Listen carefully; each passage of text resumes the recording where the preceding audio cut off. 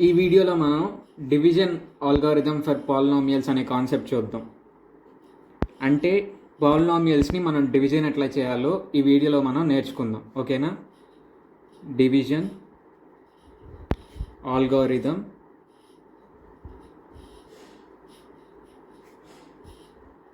For polynomials.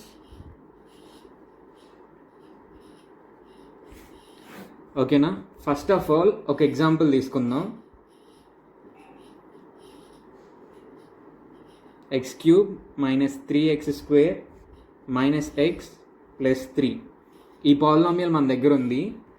మనకేం తెలుసు అంటే ఈ పాలినామియల్ యొక్క జీరోస్ తెలుసు. జీరోస్ ఏంటివి అంటే 1, -1, 3. ఇవి మూడు ఈ పాలినామియల్ యొక్క జీరోస్ అని మనకు ఆల్రెడీ తెలుసు.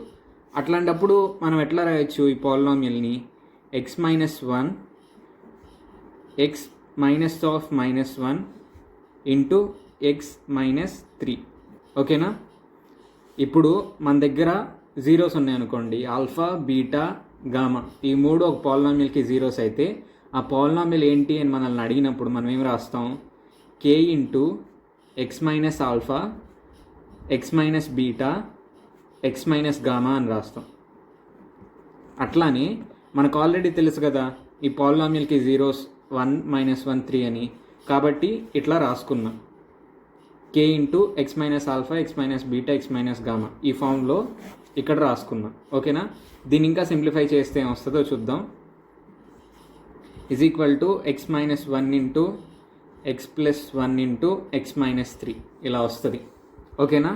ఇప్పుడు దీన్ని నేను x - 1తో డివైడ్ చేశాను అనుకోండి, ఇది క్యాన్సిల్ అయిపోయి మనకి ఇవి రెండు మిగిలిపోతాయి. ఓకేనా? ఇప్పుడు ఈ రెండింటిని మల్టిప్లై చేసి చూడండి. x into x - 3 plus 1 into x - 3 is equal to x² - 3x plus x - 3 అంటే x² - 2x - 3. ఈ పాలినామియల్ వచ్చింది. ఈ పాలినామియల్ ఎట్లా వచ్చింది? ఇది హోల్ డివైడెడ్ బై x - 1 చేస్తే వచ్చింది. ఇది మొత్తం ఏంటి? x³ - 3x² - x + 3. ఇది ఒకటే కదా, ఇది ఈక్వల్ టు ఇది. ఈ ఫామ్లో దీన్ని రాసుకుంటే ఇది వచ్చింది. ఇది డివైడెడ్ బై x - 1 చేస్తే మనకి ఇది వచ్చింది. కాబట్టి దీన్ని ఎట్లా రాసుకోవచ్చు? x³ - 3x² - x + 3 divided by x - 1. అంటే ఈ పాలినామియల్ని x - 1తో మనం డివైడ్ చేసినప్పుడు మనకి ఈ పాలినామియల్ వచ్చింది.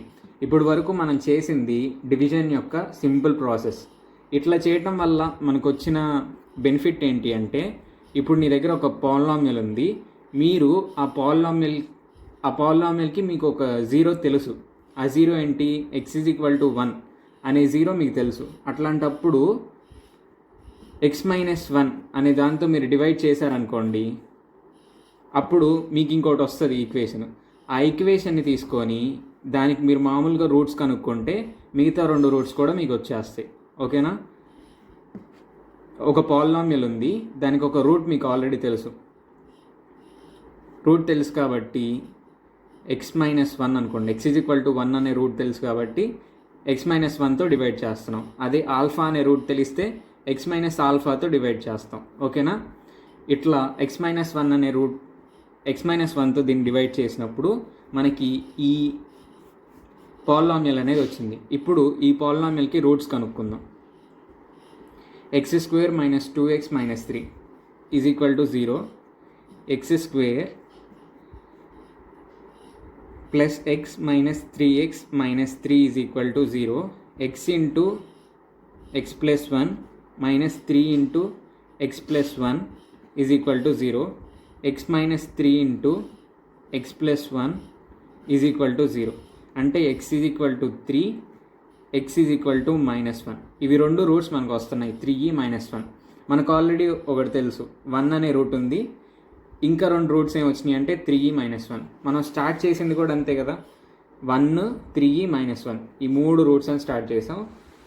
మనకి దీన్ని x - 1తో డివైడ్ చేస్తే వచ్చిన పాలినామియల్కి కూడా ఈ 3e - 1 రూట్స్ ఉన్నాయి కాబట్టి ఇది ఇది ఇది ఈ 3 కలిసి మన దగ్గర ఏమేమి రూట్స్ ఉన్నాయి 1 3 -1 ఓకేనా. కాబట్టి ఇక్కడంటే మనకి తెలుసు అని అజ్యూమ్ చేసుకున్నాం, కానీ ఫర్ ఎగ్జాంపుల్ మన దగ్గర ఒక పాలినామియల్ ఉంది, ఆ పాలినామియల్కి మనకి ఓన్లీ ఒక రూట్ తెలిస్తే, ఆల్ఫా అనే రూట్ తెలిస్తే, అప్పుడు ఆ పాలినామియల్ని x - ఆల్ఫాతో డివైడ్ చేస్తే మనకు ఒక ఈక్వేషన్ వస్తుంది. క్వాడ్రాటిక్ ఈక్వేషన్ని మనం ఈజీగా సాల్వ్ చేయగలుగుతాం కదా, ఇట్లా స్ప్లిట్టింగ్ చేసి మనం మిగతా 2 రూట్స్ కూడా కనుక్కోవచ్చు. ఇప్పుడు క్యూబిక్ పాలినామియల్కి మ్యాక్సిమం ఎన్ని రూట్స్ ఉంటాయి? 3 రూట్స్ ఉంటాయి. ఆ 3 రూట్స్ మనకు వచ్చేసినాయిగా 1 3 -1 3 రూట్స్ వచ్చేసినాయి. ఇట్లా మనం డివిజన్ చేసి పాలినామియల్స్కి రూట్స్ కనుక్కుంటాం. ఇక్కడ మనం డివిజన్ ఎట్లా చేసాం, ఇచ్చిన పాలినామియల్ని ఫ్యాక్టర్స్ లాగా రాసుకొని క్యాన్సిల్ చేసాం. అట్లా కాకుండా మామూలుగా డివిజన్ ఎట్లా చేస్తామో ఇప్పుడు ఒక ఎగ్జాంపుల్ తీసుకొని చూద్దాం, ఓకేనా. ఇది టెక్స్ట్ బుక్లో ఎగ్జాంపుల్ 8 క్వశ్చన్ ఏంటి అంటే డివైడ్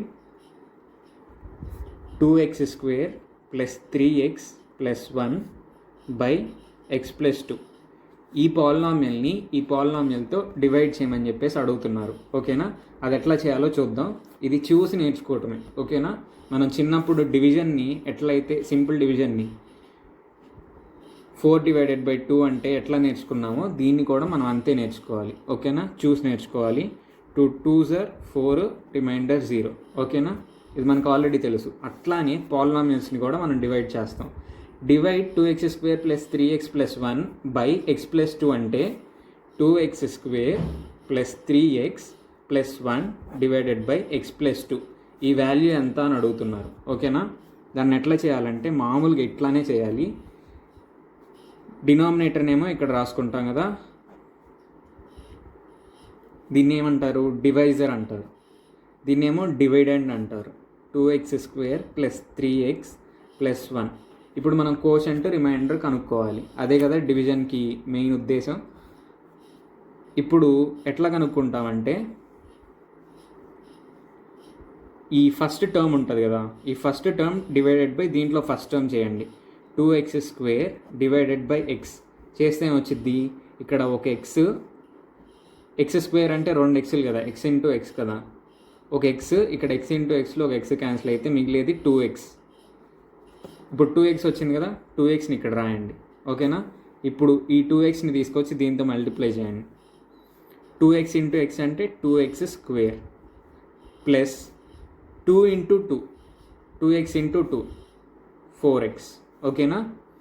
ఇట్లా కోషంట్లో ఉన్నదాన్ని దీంతో మల్టిప్లై చేసి ఇక్కడ రాయాలి. ఇది మనకు ఆల్రెడీ తెలిసిందే. ఇక్కడ కూడా మనం కోషంట్లో ఉన్నదాన్ని మళ్ళీ దీంతో మల్టిప్లై చేసి ఇక్కడ రాస్తాం. అప్పుడు సబ్ట్రాక్ట్ చేస్తాం. సబ్ట్రాక్ట్ చేస్తే మనకి రిమైండర్ అనేది వస్తుంది. అట్లానే ఇక్కడ 2x అనేది కోషంట్లో ఉంది కదా, ఇప్పుడు దీంతో మల్టిప్లై చేసాం. 2x² + 4x వచ్చింది. ఇప్పుడు సబ్ట్రాక్ట్ చేద్దాం ఈ రెండింటిని. ఇది మొత్తం క్యాన్సిల్ అయిపోయింది. 2x² - 2x². ఇక్కడేమో 3x - 4x అంటే -x మిగులుతుంది, +1 మిగులుతుంది, ఓకేనా. ఇప్పుడు సేమ్ ఇందాక చేసినట్టే ఇక్కడ 2x² డివైడెడ్ బై x చేశారు, ఇక్కడ -x డివైడెడ్ బై x చేయాలి, ఓకేనా. -x డివైడెడ్ బై x = -1 అనేది వస్తుంది. ఈ -1ని ఇక్కడ రాసుకొని ఇప్పుడు ఈ -1తో ఇక్కడ ఉన్నదాన్ని మల్టిప్లై చేయండి, ఓకేనా. -1 × x ఎంత? -x. -1 × +2 -2. ఇప్పుడు సబ్ట్రాక్ట్ చేయండి. మైనస్ ఏమవుతుంది? ప్లస్ అవుతుంది, ఓకే. x + x అంటే క్యాన్సిల్ అయిపోతాయి, +x - x క్యాన్సిల్ అయిపోతాయి, +2 +1 +3 అవుతాయి. సో రిమైండర్ అనేది 3 వచ్చింది, ఓకేనా. ఎప్పుడైతే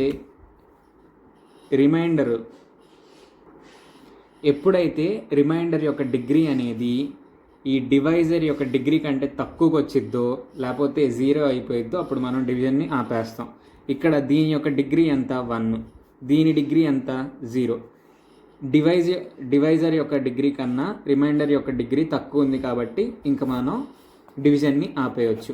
ఇప్పుడు ఏం చెప్తామంటే దీన్నేమో కోషంట్ అంటాం, దీన్నేమో రిమైండర్ అంటాం. ఓకేనా? మనకు ఆల్రెడీ తెలుసు కదా division algorithm.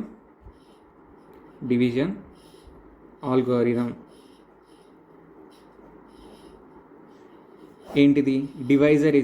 Dividend is equal to divisor into quotient plus remainder. ఓకేనా? Dividend is equal to divisor into quotient plus remainder. ఇది మనం మళ్ళీ ఒకసారి వెరిఫై చేద్దాం. మనకేమేమి వచ్చినాయి? ఇదేమో డివిడెండ్, ఇదేమో డివైజరు, ఇదేమో కోషంట్, ఇదేమో రిమైండరు. ఈ ఈక్వేషన్ని సాటిస్ఫై చేస్తున్నాయో లేదో చూద్దాం. డివైడెండ్ ఏంటిది? ఇది 2x² + 3x + 1. ఓకేనా? రాసుకున్నా ఇక్కడ 2x² + 3x + 1. డివైజర్ అంటే x + 2. కోషంట్ అంటే 2x -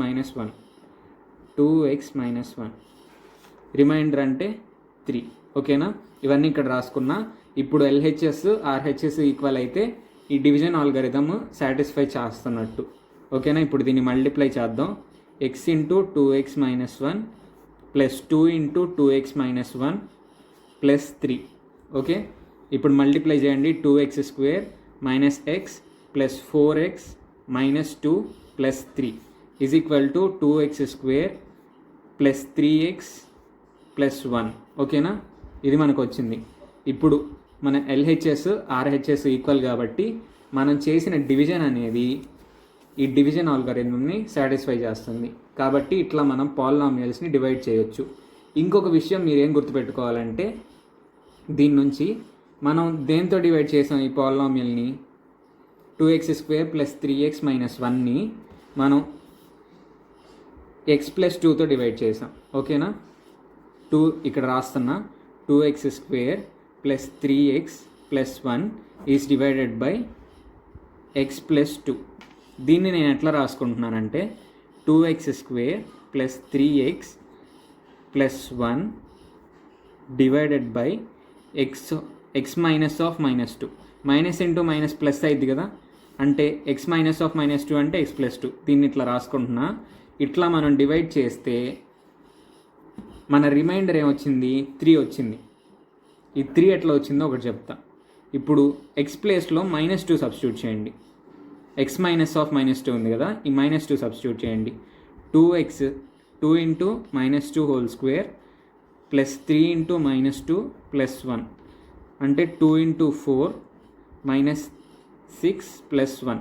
2 × 4 = 8 -6 + 1 9 - 6 3. ఇక్కడ ఈ పాలినామియల్లో ఈ -2 సబ్స్టిట్యూట్ చేస్తే మీకు వచ్చిన వాల్యూ, మీకు డివైడ్ చేసినాక వచ్చిన రిమైండర్ రెండు సేమే. ఓకేనా? ఈ పాయింట్ కూడా గుర్తుపెట్టుకోండి. ఫైనల్గా దీన్ని మనం ఇందాక నేర్చుకున్న దాన్ని సెంటెన్సెస్ రూపంలో చెప్తాను. మనం గుర్తుపెట్టుకోవాల్సిన పాయింట్స్ ఏంటి అంటే, జాగ్రత్తగా వినండి. ఇవి అర్థం చేసుకోవటం, టెక్స్ట్ బుక్ చదివి అర్థం చేసుకోవడం అయితే కొంచెం కష్టం, కాబట్టి కొంచెం జాగ్రత్తగా వినండి. We stop the division process when either the remainder is 0 or its degree is less than degree of divisor. అంటే ఇందాకే చెప్పుకున్నాం, మనం డివిజన్ ప్రాసెస్ని ఎప్పుడు ఆపేస్తామంటే ఈ రిమైండర్ యొక్క డిగ్రీ అనేది డివైజర్ యొక్క డిగ్రీ కంటే తగ్గినప్పుడు. ఈ డివైజర్ యొక్క డిగ్రీ 1 ఉంది, ఈ 1 కంటే తక్కువైనప్పుడు రిమైండర్ యొక్క డిగ్రీ అనేది మనం డివిజన్ ప్రాసెస్ని ఆపేస్తాం. ఇక్కడ 3 వచ్చినప్పుడు దీని డిగ్రీ ఎంత? 0. కాబట్టి దీని డిగ్రీ కంటే దీని డిగ్రీ తక్కువ ఉంది కాబట్టి ఇంకా డివిజన్ ప్రాసెస్ని ఆపేస్తాం మనం. ఓకేనా? అది first point. We stop the division process when either the remainder is 0 or its degree is less than the degree of divisor. ఓకేనా? రిమైండర్ యొక్క డిగ్రీ అనేది డివైజర్ యొక్క డిగ్రీ కంటే తక్కువ వచ్చినప్పుడు మనం డివిజన్ ప్రాసెస్ని ఆపేస్తాం. ఓకేనా? ఈ పాయింట్ నోట్ చేసుకోండి. నెక్స్ట్ది, if p of x is divided by x minus a, then the remainder is p of a. ఓకేనా?